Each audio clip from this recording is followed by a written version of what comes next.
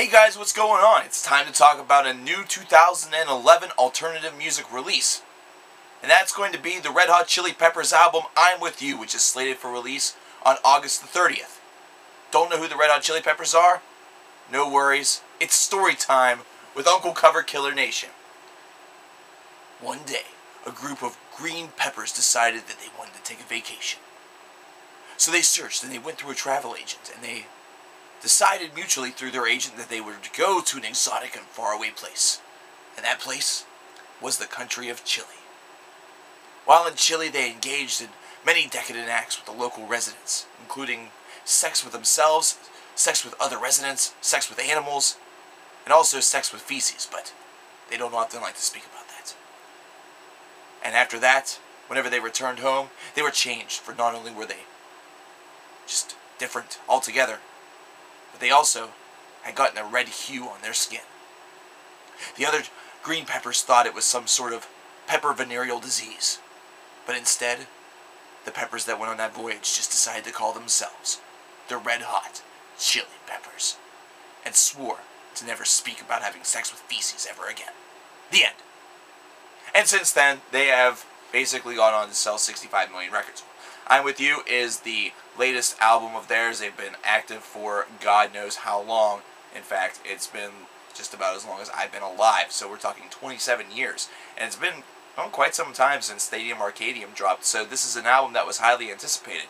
Now, of course, this is also the first album not to feature John Frusciante, who is, well, not on this record.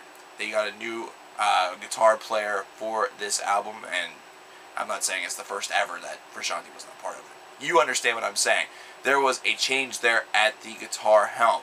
Now, I'm With You is going to draw some panning from critics, but it's also going to draw a lot of praise in my opinion. There are a lot of things going on with this album that can be really a fence weaver's paradise, but it's one of the things that if you listen to this album and you feel about it a certain direction, if you are certain on your directional status towards this record, it's going to be one that's going to be felt in an extreme way. Let me explain that in a less confusing format. These 14 tracks, this nearly 60-minute long album, features some fantastic works that really culminate a lot of different styles. And these are styles that the band themselves confess to have tried to influence this record on, as well as those that have been subtle parts of their music and their sound for quite some time. There are a lot of references in this album to the Rolling Stones and the Beatles, which is something that's not necessarily always been there. I mean, you could maybe pick up on it every so often, but it's not really been something that's been all that prominent. You've gotten a lot of funk, you've gotten a lot of good old-fashioned rock, you've got a little bit of that faster-paced noise that you like from the 1980s and stuff like that, and they've just been able to really stylistically make their own individual, very unique idea of music. Now, along with that, there's also African ideas, which is exquisitely exemplified, should I say, in the song Ethiopia. And this is something where it's not necessarily going to be a song where you immediately think that you're attending some sort of tribal dance festival or something like that.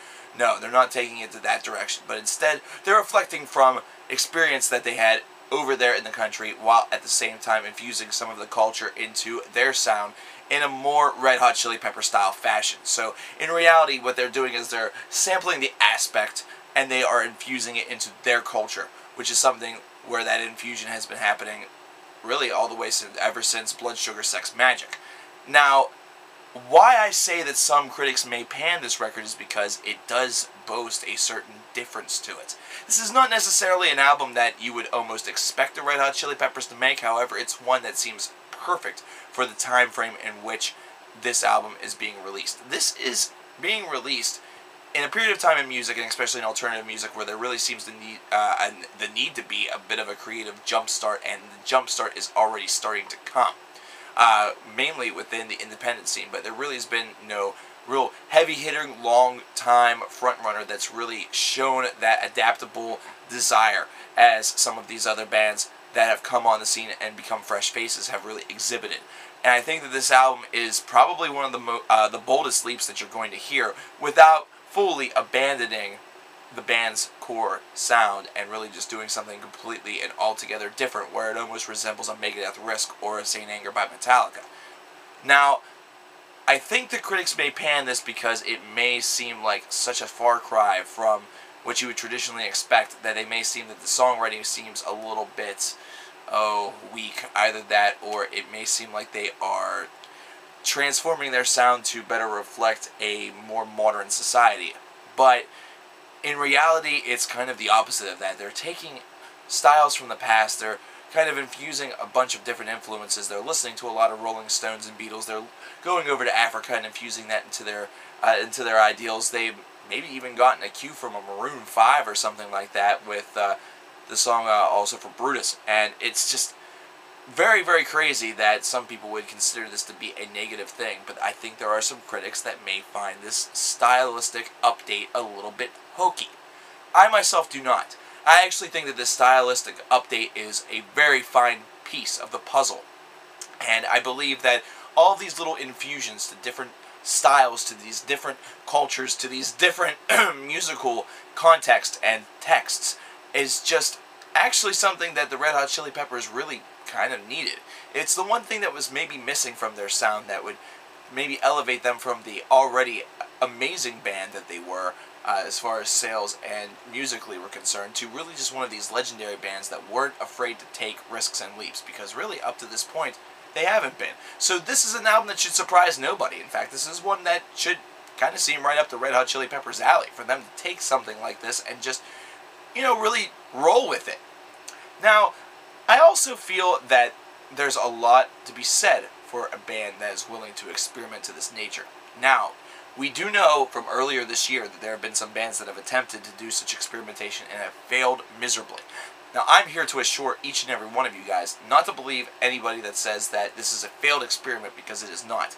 These are songs that are very hard to turn off, not to mention they're all songs that really engage you very well. There's only a couple of weak tracks on this album, and the funny thing is that if you like the single that's on the radio right now, well, you're actually liking one of the weakest tracks on the whole affair. This is an album that's really strong, and I think can only become stronger and stronger as maybe singles drop or as you continue to listen over and over again.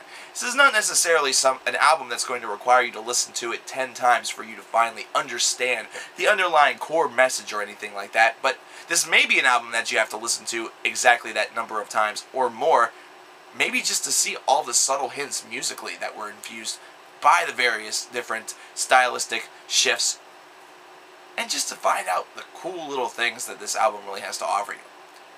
Alternative fans, I think you guys have a lot to look forward to with this record, and I think you guys will enjoy it thoroughly just as much as I did.